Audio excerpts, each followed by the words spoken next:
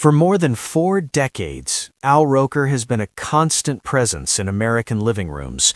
Rain or shine, celebration or crisis, his familiar voice and reassuring smile have helped guide millions through their mornings.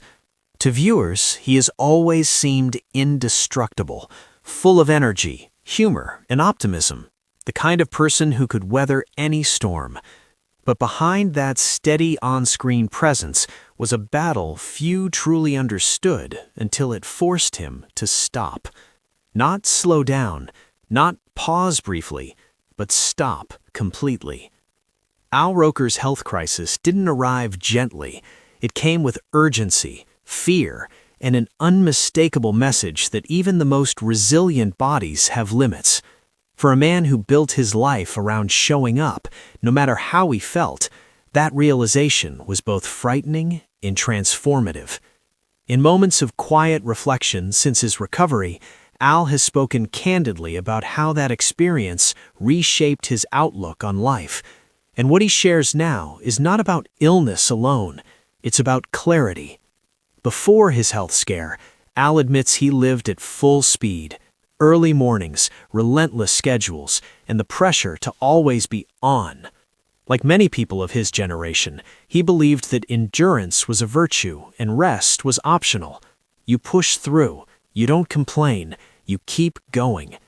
That mindset served him well professionally. It built a legendary career, but it also masked the subtle warning signs his body was sending, signals that were easy to dismiss when work always came first. When his health forced him off the air, Al found himself in unfamiliar territory. Hospital rooms replaced studio lights, silence replaced applause, and for the first time in decades, he wasn't needed anywhere except where he already was.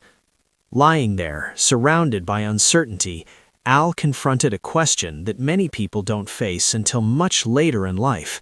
What truly matters when everything else is stripped away? The answer surprised him. It wasn't the accolades, it wasn't the legacy, it wasn't even the career he loved so deeply. It was family. Al has always spoken lovingly about his wife, Deborah Roberts, but during this time, her presence took on a new meaning. She wasn't just his partner, she was his anchor, the steady hand in moments of fear, the calm voice when his own confidence wavered.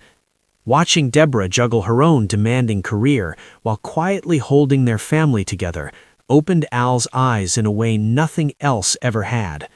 He realized how often he had relied on her strength without fully acknowledging its cost.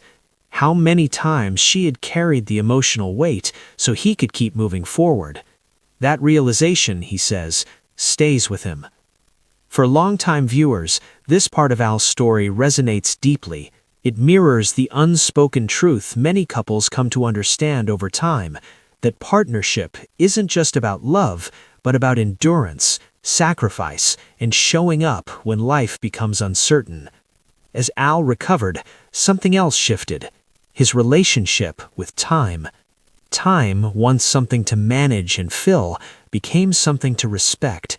He began noticing the quiet moments, the conversations that didn't need to be rushed, the mornings without alarms, the simple comfort of being present without an agenda.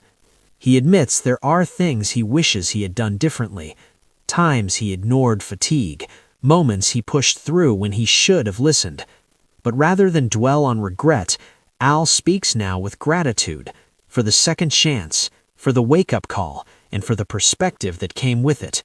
His health battle didn't make him weaker, it made him more honest. He no longer measures success by how much he can endure, but how well he lives.